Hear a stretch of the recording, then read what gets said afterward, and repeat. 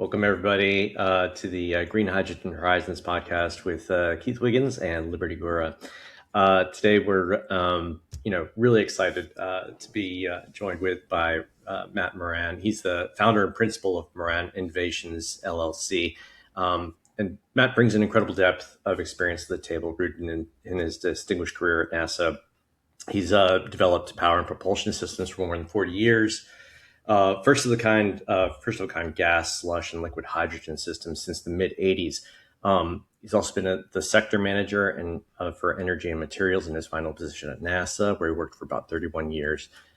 He's been a co-founder in 7 technology-based startups, provided R&D engineering and innovation consulting to several hundred organizations. Matt has 3 patents and more than 50 publications, including his online cryogenic fluid management guide and decarbonizing mobility with liquid hydrogen SAE report. He's created and taught liquid hydrogen courses, webinars, and workshops to global audiences. Today, through Moran Innovations LLC, Matt's focused on creating a better future with hydrogen. His website focuses on improving hydrogen storage design technologies, helping entrepreneurs plan, develop, and launch related businesses, and perhaps most importantly, offers in-depth training for engineering teams working with liquid hydrogen technologies.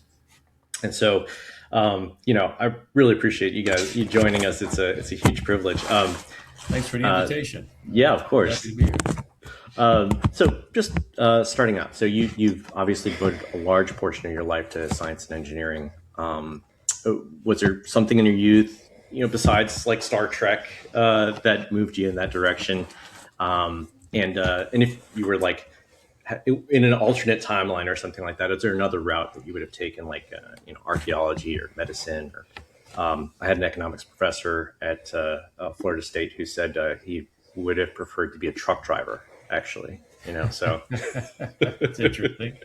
Yeah. I mean, other than the usual, like you said, the Star Trek and Apollo, I was in grade school watching it on black and white TV when the first Apollo landing happened. Oh, man. I bet people always talk about that. But I think if I look back, honestly, I drove my dad crazy because I took everything apart, and I really put it back together correctly the first time. It took me a while. Really? And then I started getting better and better.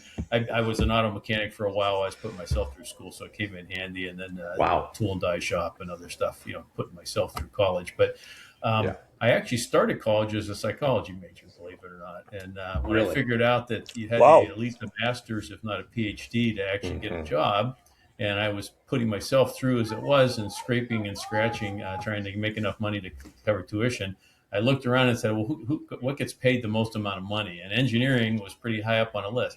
Now, I got lucky because I just had a natural aptitude and an interest in it. But it was a terrible way to make a decision. And I think I really, I empathize so much with 17 and 18-year-olds that have to make this decision and decide what you just don't know enough about it, what you're interested in or where your passion is. So it's a path. And I always tell people, I'm sorry for the tangent here a little bit. No, Liberty, but it's perfect. I find it interesting when I talk with the younger people that are making these moves. I said, everybody makes their path and career path look very linear and logical after the fact.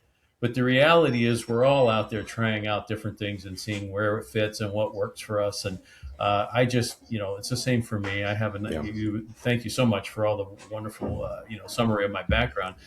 But of course, I put that together in a way that makes sense, but there was lots of tangents and things. And, I just happened to really have a lot of core competency and a center of gravity around hydrogen systems for a long time. So it's worked out kind of nicely for me now, kind of at the last part of my career that I get to work on this and work on what I think are really important problems for the world and for the population and other life on our planet. So, 100%. Matt, just to emphasize on that point, it's a privilege to be able to choose what type of career that you want to do. Yes. And it's a privilege to be able to pursue a degree that you want to pursue. True. As I told you already, I'm in Africa. So in Africa, I'm in South Africa. South Africa is quite developed. We are more like European standard. But other African countries are like Africa, like, it's hard, but you find kids from Upper Africa that they walk to varsity or school 70 Ks. Oh, crap. What is 70 Yeah, k's in no, in we're miles? good with we're good with metric. Okay, sorry. Yeah, I keep yes. so, That okay, works. so they walk 70 k's to school, 70 k's coming back. That's a long ass distance, to be honest Yes. with you. Yes. And that person will finish high school, and you'll be surprised that they get straight distinctions. The whole Mm, maths, English, science, and then they go to varsity, yes. and then getting a bursary to go to varsity. It's another Mm, hassle, mainly because African government is just corruption. okay. Because in African governments, for you to get a scholarship, you must know someone who knows I someone see. who knows someone. Right. Right, So that's right. that's the unfortunate part. So that's why we say America is a good model in terms of how to make it in life. In America, if you can just be there with even $10, if you just work hard, you will make it. That's all you need to do. It's a very important point. You're absolutely right, Liberty. I mean, globally, not all Yeah, communities have the opportunities that Yeah, some folks, some of us have. We're lucky, and nothing more than just getting that is born true. in a place we had no control over. To That parents is we had true. no control over. Right? So it's all Yep. luck in that sense, anyway. Yeah. yeah. No, yeah, that's a really amazing point. And your point to all of the stress that a young person goes through trying to like make a decision that they think is just going to be permanent for the rest of their lives, right? This is what I'm Yes. going to study. This is this is my life path or something like that. And you just have no life experience. You have, you don't know 1% of the career opportunities or of the different ways that you can help your fellow man and make a living doing so when you're that age. You really just have no idea. That's right. So that's I think that's a huge hurdle. It's something I experienced when I was young too. I think I switched Absolutely. majors 5 times, and I still probably didn't wind up with the right one. Yeah, that's right. I still sometimes joke. I don't know what I'm going to be when I grow up. That's I haven't exactly grown right. up Yeah. yet. I'll probably be saying that on my deathbed. So yeah. Well, Liberty, did you want to jump in with next kind of topic here? Oh, to be honest, I think you better lead on Oh, that one if yeah, you I'm can. fine. I'm fine with it. Yeah. So most individuals, just a layperson, they're not familiar with the intricacies of hydrogen fuel technology. Um, uh, Even if they are, they're unaware of the complexity required to store hydrogen once it's Mhm. produced, right? Mhm. So they may have heard of like compressed hydrogen and maybe even liquid hydrogen, but they don't know why you would prefer one over the other. Your focus has been on liquid hydrogen, it seems, but could you briefly go over the difference between compressed liquid hydrogen and in general, why would you use one or the other, one over the Sure. other? Sure. So I'll just touch briefly. There's a few other storage options too, just so people are aware. Yes. Underground storage is getting looked at, and already projects in place for that, where it's essentially compressed, but very low pressure and very Okay. large volume. So salt mines and other, places where they want to store large amounts of hydrogen for, like, say, seasonal coverage of energy on intermittent renewables when you have a large amount of intermittent renewables on a That's grid. I've heard of that for carbon dioxide, but I actually hadn't heard of that for Yeah, hydrogen yeah, they're storage. doing That's it with, interesting. hydrogen as well. So it's a Okay. it's a form of compressed. The other one that's a little bit different than both, so I'll just mention it, is sometimes called solid state, or it's basically an adsorption or absorption process where you've got some kind of matrix material. Metal hydrides have been around for a long time. It's one most people are familiar with in this, have had any exposure to it, I guess. Yeah. But the idea is that you put the hydrogen in, it in some way either absorbs or adsorbs to the material, and then when you want it later, you usually have to do something like add heat to get it back out again. So there's Mhm. some uses for that too. Usually, if you have excess process heat, like in industrial settings and so forth, where you can store the hydrogen for some period of time and get it back out. Now, the two you mentioned are probably much more common and a lot more flexibility, compressed. Or cryogenic, or there's actually, you can have both, which is getting into a little bit more of a niche field, which is cryocompressed. And some folks have heard about this, where you're actually keeping it both compressed at high pressure and at very low temperature. And there's Mhm. advantages to that. There's also disadvantages. Depending on your perspective, you either get all the best of both or all the worst of both. And the reality is it's a bit of both. So you have to. Yeah. It depends on the application. Trucking is where they seem to be looking at right now. There's some Oh, interesting. situations where the dormancy you can have with these crowd compressed buys you more time of the truck sitting for a while, and you can still have the range and the capability of liquid hydrogen. So then the other two, sorry to make the question a lot more complicated. No, but, no, it's perfect. The other two, compressed and then cryogenic. So compressed, the two most common pressure levels are 700 now and 350 bar. Sorry, that's a Buzz. bar. Yeah. Right. So 700 is about 10,000 psi for folks that are still working in those units. So very high pressure.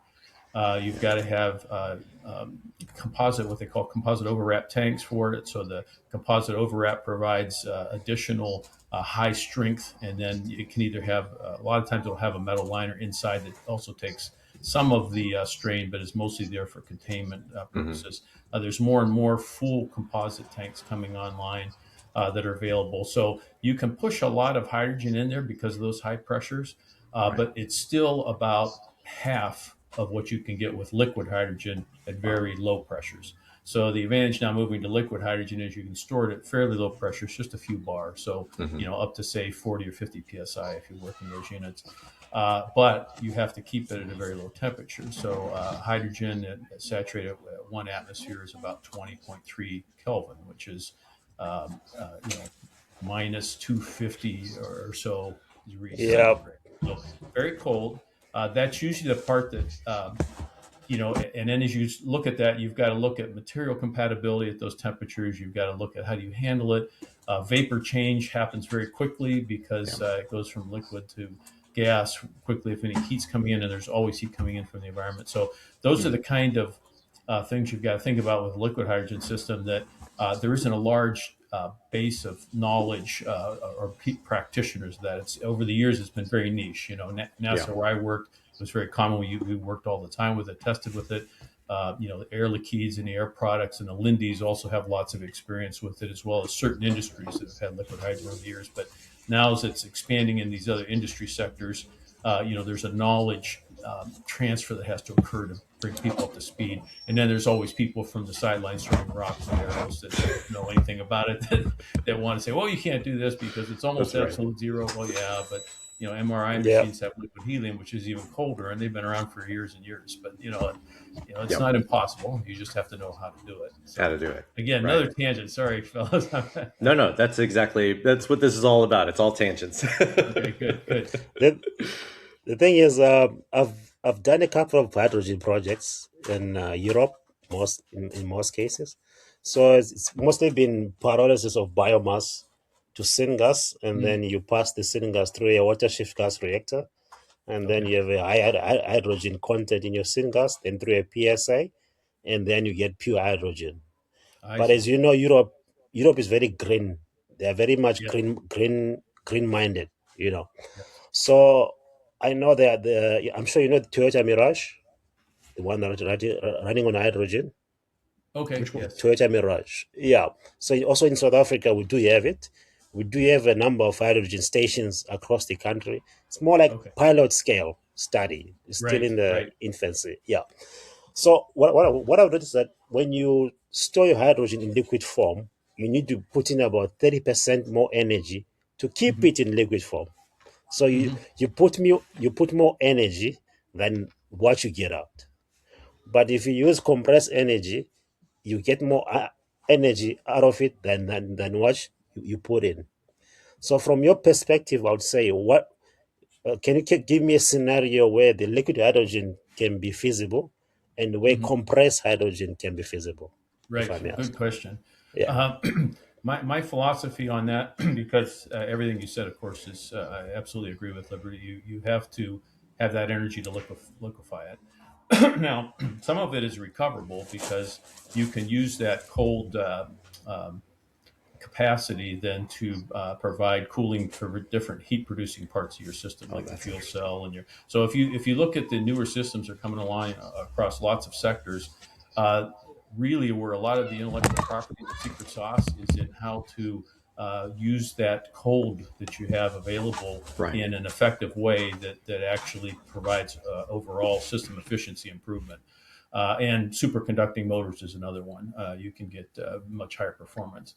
All that said, my personal philosophy is if you don't have to go to liquid hydrogen, it probably doesn't make sense.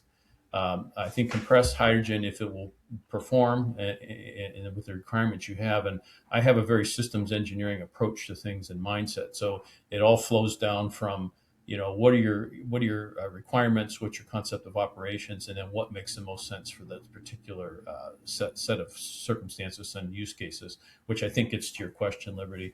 So the places where liquid hydrogen starts to either make sense or is the only option that's going to perform for you is, of course, launch vehicles and rockets. That's why it's been there for 60 years, because Right. you can't get enough energy, you can't get enough of it on board otherwise in any other form. And hydrogen has much higher performance than any other propellant combination. So that's why you see so many upper stages still using hydrogen, and some rockets, including the new SLS for NASA, and then the EU's Ariane 5 and now 6 are full hydrogen stacks. So Wow. that's for that performance. And it's liquid hydrogen because you can't get enough hydrogen on board otherwise. And I think there's other applications like that in mobility, shipping, trains, larger type mobility applications where if you stuck with compressed hydrogen, you're going to be, you can still use it, and it makes Right. sense in some cases, but it's going to limit how far, what range you have, and what payload you can carry. So Yeah. I think that's in the mobility sector, that's where I think one delineation to go to liquid versus compressed. And then I think on like things like grids, microgrids, storage, and so forth. Again, if you can make compressed work for you for whatever cycle you're trying to cover in terms of your energy storage and then dissipation, that's the way to go. But sometimes you just need much larger. An example is the Conestoga, I think, is where they have it at the Pacific. I'm forgetting Gas and Electric, Pacific Gas and Electric out in California, just put in a emergency power station that is liquid hydrogen, very, very large amount of liquid hydrogen storage. And it's, again, for that same reason, they want to be able to power a large area if they have other fires like they had in the recent years, other environmental calamities or other power outages that are going to last beyond what you can cover with, say, batteries, a day or two or three. If you had to go for weeks, they have a liquid hydrogen tank and fuel cells on site where they can just power all of their customers for days, weeks, and then they can truck in more liquid hydrogen from a local liquid hydrogen liquefaction plant and replenish. So to do that with compressed hydrogen, you'd have to have a much larger footprint, and Right. there's other issues there. I think so many of these things, they make sense at a certain scale and a certain use case. And then, as that starts to shift, I'm always skeptical. People that say I have the solution to every use case. I don't believe it. I've Right. never seen it. I've worked on thousands of systems over my career, and it's never any one solution that's going to cover all the bases. So I think your question is dead on, Liberty. It's what makes sense for compressed. And again, my philosophy is if you can use compressed, if it'll do your requirements, it's certainly easier to deal with than a cryogen, a liquid hydrogen cryogenic system. Yeah, Yeah. because Yeah. That's very one interesting. issue with cryogenic hydrogen is the safety aspect. Because the risk Safety. of explosion with liquid hydrogen is much higher than what you call compressed hydrogen. How would you And how would there's you deal been with something like that, though? yeah So you're sorry, you were talking about the risk of like pressure buildup and that sort of thing. Is that what you're Or referring pressure or and, like and explosion and fire stuff like risk. that? Yeah. Yeah, Fire risk. yeah, Yeah, and again, this gets into just good safety risk Right. management and safety systems. Yeah. You can mitigate all of those risks, and of course, we got 60 years of history doing that in the space industry. So, it's things Yeah. like With pressure rockets. relief, yeah, and sometimes things go wrong, right? Yeah. Although it's interesting if you go back to the root causes, at least the ones over the last, say, several decades that are well known, they weren't caused by the hydrogen. It was caused by other things, bad seals, solid rocket boosters, Right. other things, tiles that came off, all kinds of other reasons. But nonetheless, hydrogen definitely has to be handled with a very disciplined safety approach Yeah. that has those pressure reliefs, that takes care of, worst case scenario, if you have a breach in your liquid hydrogen containment. If you have compressed hydrogen, it's going to, of course, go out at a high velocity, and you got to look at that jet and how far can it go out, and can it reach an ignition source, and so forth. Right. At liquid hydrogen, since it's lower pressure, you don't have as much those high pressure jets, but you could have a spill where liquid gets on the ground. That's going to boil and vaporize quickly, but until it does, it can even be a cold cloud close to the ground. So you've got to be able to contain that and make sure that you've got a good risk mitigation strategy for all. Yeah. Yeah. Yeah, that's really, really interesting. Liberty and I have the same kind of philosophy.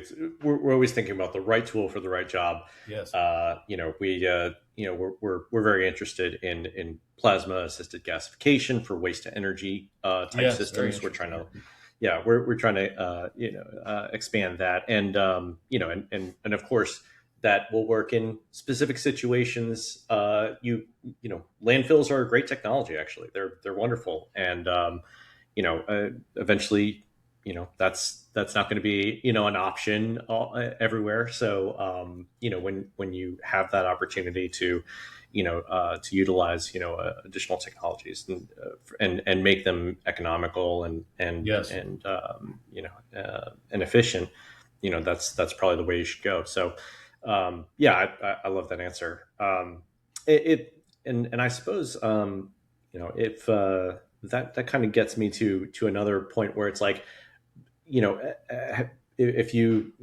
kind of like let your mind wander and that sort of thing, and do you have kind of like a vision of what a hydrogen based fuel economy would look like? Is it mostly just production and storage at the source and that sort of thing? Do we have to produce hydrogen at the source and then utilize it at the source, or is there a decent way of transporting it the way we do gasoline and oil? I think it's a bit of all the above, Keith, to be honest. Yeah. I think, it's like any transition, especially energy transitions are like this. I'm personally a believer in letting the marketplace decide a lot of this. And I think when you get these systems out there and you start to, optimize them, and you start to get the scaling benefits economically of having large supply chains start to develop and costs start to drop down, things that weren't feasible suddenly become feasible. I like to compare it in some ways to, solar and wind. And even battery technology. I mean, all those technologies, you don't have to go back very far where people were saying, "Oh, it'll never be competitive. It's too costly. We'll never get there." Now, it's the cheapest way to bring on new power, and the cheapest operational cost is solar and wind. So, and now you've got traditional power sources scrambling to try and pass on higher costs to their customers and get it approved by these utility commissions and oversight authorities, because they can't compete with the solar and the wind generation cost, the levelized cost of electricity. So I'm not saying that hydrogen will necessarily follow that. I mean, you can't. That's a crystal ball thing. I don't believe in crystal balls. You make the improvements, you put the systems out there, and you compete in the marketplace. But I do think there's a lot of the same sorts of factors in play, right? You've got any new technology coming on board has lots and lots of efficiency improvements that are possible, whereas the existing technologies, that has all been wrung out decades and decades ago. Right. If you can get a 0.5% increase in a fossil fuel based system, you've hit a home run. On the other hand, new technologies are coming in, and they're expecting to get 5, 10%, 20%. I mean, that's where the competition is getting that efficiency, and then that scaling and bringing down the cost. So, as you scale up to it. So that's a roundabout way to say that I think from a strategy standpoint, again, I'm very pragmatic with it. It's, to me, there's certain applications that are already using hydrogen. So that's the first place. How can you get them off of more polluting methods to create the hydrogen into hydrogen production methodology that's more sustainable. Yeah. And that's already happening. It's happening on a large scale. So that's already starting to happen. And then I think after that, you start to look at, okay, where are the, in my opinion, the applications where other solutions are hitting a limit. Batteries are a fantastic solution to a lot of ways to handle energy storage and dissipation. But as you scale, there you get to issues, and there's Yeah. also strategic material issues and supply chain Material issues issues. for batteries. So there's lots of things that in play here, and I think. In my opinion, putting hydrogen into places where those limitations are starting to, be a dead end for other technologies. That's just a natural place to go. Right. So, like we were talking about, large mobility type applications, or situations, use cases where you've got to store a great deal of energy. I think those naturally play to hydrogen, and I think over time, it'll be refined, and there'll be more competitive markets where people just naturally start to, to gravitate towards. Yeah. Yeah, no, that's a great vision. We talked earlier about your focus on education, and so you offer comprehensive training courses for these liquid hydrogen systems. Um, Somebody goes through that. What kinds of opportunities exist for individuals who go through this training and who and wish to work in this field in hydrogen storage implementations and whatnot? Oh, that's great. I mean, as you said, it's been a focus for me for the last few years, and, Yeah. and my real driving, I guess, motivation is I wanted to get this information out there to as many people as possible, especially the coming generations that are coming into the workforce, so they have the tools to make a better future, really for themselves, their generation and future generations. Because for me, my time, and I think that's part of the problem we're up against. We have people making decisions that recognize that they're not going to pay most of the consequences of what we're doing right now in terms of fossil fuel usage and Yeah. continuing depletion and pollution and so forth. So Right. they grab for what they can get and what time they have left. But for future generations, they don't have that luxury. So I think getting those tools out there, particularly as you said, I focus on liquid hydrogen because I think that's where there's less information publicly available.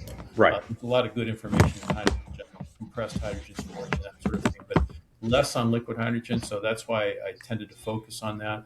To your point about what areas can they get into, I think I would look at some of these up and coming hydrogen sectors and see which companies are working in them. I do for folks that use LinkedIn, I have a LinkedIn group that just focuses on global liquid hydrogen, and I put in there every week all kinds of articles about. And I don't put in fluff. It's not PowerPoint presentations. Right. This company put out a system and it's producing. This company put out a product and it's out there right now, racing awesome. cars with liquid hydrogen or whatever else. And my whole intent with that was to add some realism to this. First of all, to help people recognize this isn't just talk. This is happening. It's happening on large scale in some industries. And then to your point, Keith, I think it gives maybe people who are interested in this area an opportunity to do a little bit of homework and say, okay, they're doing this in this region of the world. These companies are involved. Maybe I can start gravitating, putting in some feelers and see if there's any openings or what do their job Yeah. look like on their site or whatever. I don't have any certification training stuff. I've thought about doing that. There's always like a limited amount of time in life, right? Yeah. Lots of That's a plates huge to task. keep going. Exactly. Yeah. So I try to, one of the things I try to do, back to Liberty's earlier point in the beginning of our conversation, there's a lot of places in the world where paying even what we would consider a nominal fee to go to a training course is just out of the question. So Yeah. I think probably more than 90% of my material is just out there publicly available to anyone. You can go, you can learn it on your own pace at your own time with no cost. The only thing I have separate is a Vimeo platform for you guys who are probably familiar with it for videos, and it costs some amount of money to have the stuff on there. So I do have a charge for that for just the liquid hydrogen, I would say a more formalized training process for people Right. actually doing liquid hydrogen engineering and systems.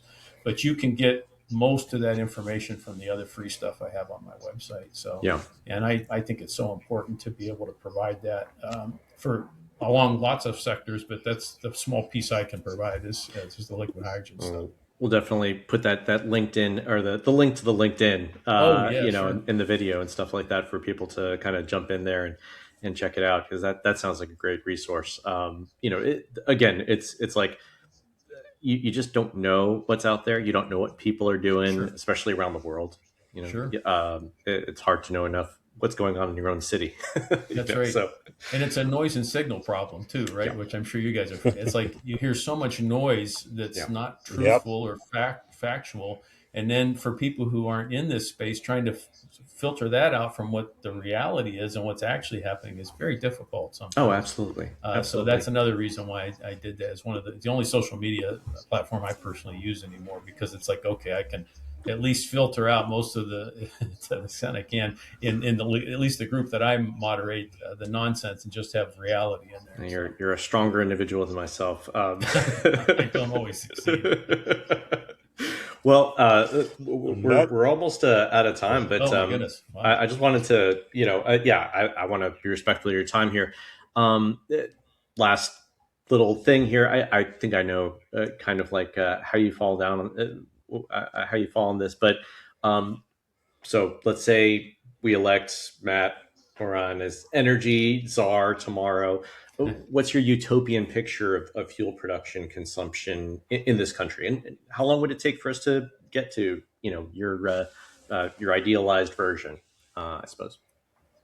Boy, that's a great question. I think the first thing I would do, if I had that czar hat, as you Yep. called it, is put some numbers on the economic costs of the things we're ignoring right now. Okay. The pollution we're pumping into air, water, the changes in Yeah. the homeostasis of our planet with climate change and everything else. Hmm. There are costs that can be quantified to all that: public health costs, medical, healthcare costs, Yeah. casualty losses, increasing storms, fires, floods, everything. Hmm. And though all that seems to be kind of pushed to the side and say, well, these green solutions or better solutions cost too much money. Well, too much money compared to what? If you're getting rid of some of these effects, that's a cost benefit analysis, and I don't see that happening a lot. So that maybe Right. counterintuitively, that'd be my first step, because once you have that data in place, you can start to say, all right, where are the drivers that are causing us the most harm as a global community, and let's really put our resource to those first, and then Hmm. let's drive and accelerate as fast as we can. And I think that gets maybe to your other point, Keith. How long is it going to take? I, I really struggle with focusing on those kinds of things. I know you have to insert, like Department of Energy has to set Yeah. milestones and goals, and By that's 2030. yeah. But I think my putting on my entrepreneur hat, like, as you said, I've been a co-founder of multiple companies. Yeah. Uh, you know you you put these milestones in place, but the reality is you want to move as fast as you possibly can. And I think yeah. that's my attitude: is how fast can we accelerate this in an economically sound way with business models that work, prove systems out, and then trim the ones that aren't working quickly, get them off the boards and say, we're not ready for this yet. We don't have the technology. Maybe another year or two there'll be other complementary technologies. I think that's the way I would approach it. And in fairness, I'm sure a lot of organizations worldwide are doing it that way. Right. But of course, there's others that are being driven by other objectives, and most of them, unfortunately, or I shouldn't say most, a lot of them, in many cases, have nothing to do with what's for the betterment of the global community Yeah. and the impacts to that. So Yeah. Well, the encouraging thing for me is that, we have organizations like yours, looking at these problems, and obviously, you have, you're driven by, these kinds of good intentions, and I think there's a lot of, you're right. your organizations out there, and hopefully we're trying to be part of Let's that. hope. We've met a lot of people. Yeah, exactly, exactly. Well, So, your business model, I think, is a perfect example. I mean, you're tackling two critical needs on both ends of yeah, taking care of all this waste that we're producing and right. not sustainably handling properly, and at the other end, producing something useful that can actually help us transition away from it. Yeah, yeah. It seems So like a no-brainer, but that's like a it's double bottom line. absolutely, Yeah. absolutely. But like you said, there's always so the opportunity cost of going with this technology over something else, True. the ramp up, the lack of training and experience in these areas. All of these things are huge roadblocks. Obviously, we think that this is the way of the future, right? And we'll get there eventually, and so we're promoting it that way. But yeah, like you said, it's I think a lot of that is the training and is the education and is the letting people know what is out there. So you got to give people the tools they need. Yeah. I'll tell you what, this was very surprising for me. I really didn't think that we were going to have such a easy flowing conversation. But yeah, great conversation. This was a wonderful time, Liberty, and again, we both appreciate you coming on and chatting with us, and hopefully we can do it again and kind of dive a little bit more into some nerdy stuff where let's see what do you want to have happen with the moon landing and all that kind of stuff, and the human Artemis project and all that, because I know you were involved in that. So anyway, just thank you again for coming on, and thanks for having me. Enjoy the week, and we'll talk to you later, hopefully in the future. Sounds great. Thank you. All right then. Thank you. Thanks, Liberty. Thanks a lot, Matt. Bye, guys. All right. Thank you for joining us on Green Horizons as we explored the fascinating world of green hydrogen.